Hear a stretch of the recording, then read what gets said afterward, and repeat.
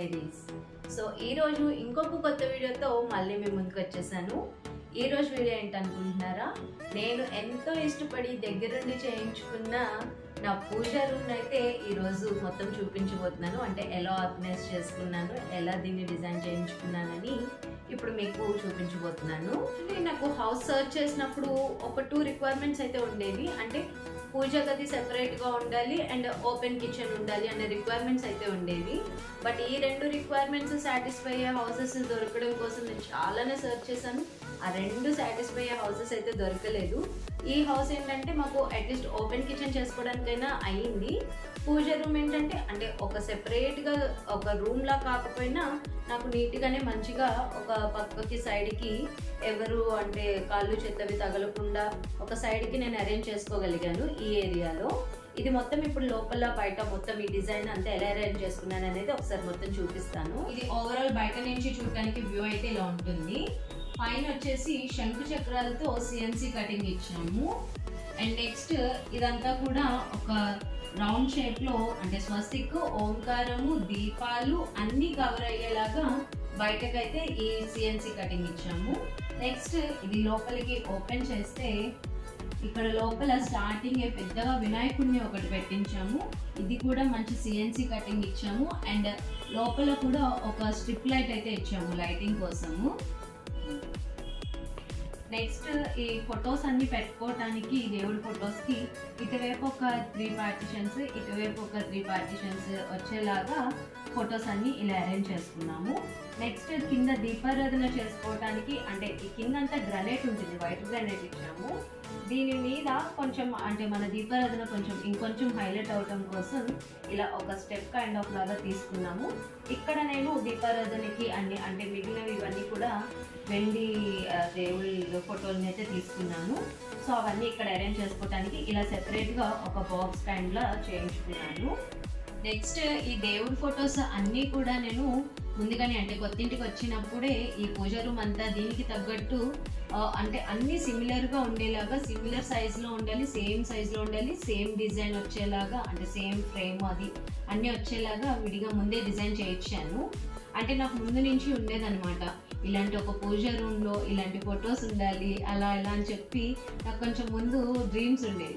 So ఇవన్నీ కూడా నేను అలా దానికి తగ్గట్టు డిజైన్ చేయించాను ఫొటోస్ అన్నీ కూడా. అండ్ నెక్స్ట్ ఈ కింద వచ్చేసరికి ఇవన్నీ కూడా సిల్వర్లో తీసుకున్నాను అనమాట దేవుడి విగ్రహాలు. అంటే ఒక్కొక్క ధనత్రయోదశికి ఒక్కొక్క విగ్రహం లాగా అలా తీసుకున్నాను. ఫస్ట్ మా పెళ్ళైన ఫస్ట్ ధనత్రయోదశికి ఈ వినాయకుడు, లక్ష్మీదేవి తీసుకున్నాను. అండ్ నెక్స్ట్ బిఫోర్ నెక్స్ట్ దాని తర్వాత ఇది వెంకటేశ్వరుడు కూడా ధనత్రయోదశికి తీసుకున్నాను. అండ్ నెక్స్ట్ ఈ కాయిన్ ఉంది కదా లక్ష్మీదేవి కాయిన్, ఇది కూడా ఒక ధనత్రయోదశికి తీసుకున్నాను. అండ్ ఈ సాయిబాబా ఉంది కదా, ఇది నాకు యాక్చువల్లీ ఒకరు గిఫ్ట్ చేశారు.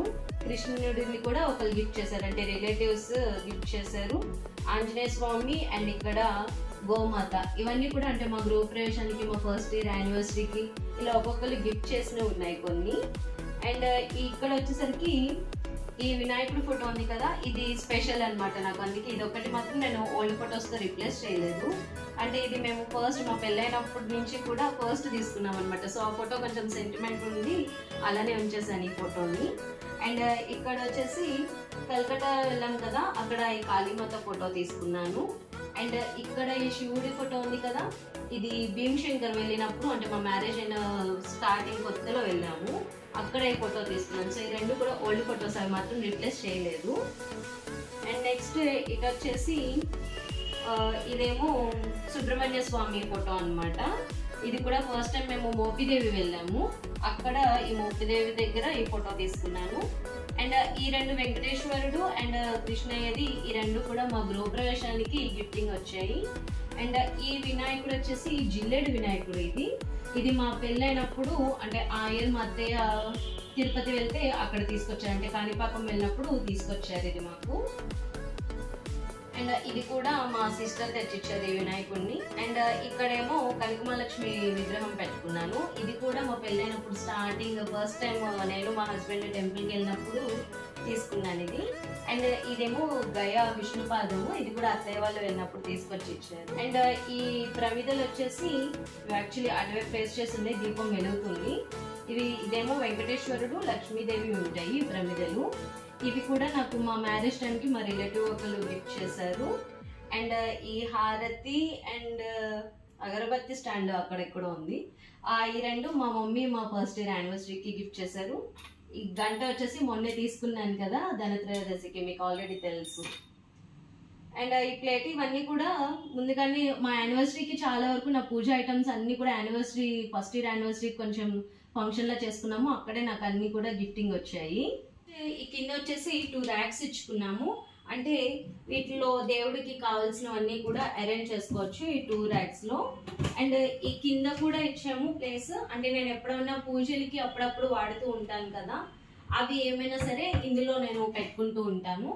అండ్ నెక్స్ట్ ఇంకొకటి చెప్పాలి, ఈ పైన 2 సర్కిల్స్ చూసారా, ఇవి యాక్చువల్లీ ఏదో డిజైన్ అని అనుకుంటారు, బట్ మాకు అత్తయ్య ఏం చెప్పారంటే దేవుడి గది ఇలా క్లోజ్డ్గా ఉండకూడదు, సో కొంచెమైనా ఓపెన్ ఉండాలి, అంటే మరి టాప్ తీసేలేం కదా ఓపెన్ ఉండాలి అంటే, అందుకని చెప్పేసి ఇలా ఒక 2 సర్కిల్స్లో కొంచెం ఓపెన్ ఇచ్చాము. అంటే ఇవి డిజైన్ లాను కనిపిస్తుంది, దట్టు మన సెంటిమెంట్ కూడా సాటిస్ఫై అయినట్టు ఉంటుంది అని చెప్పి ఇలా ఒక 2 సర్కిల్స్ అయితే ఇచ్చాము.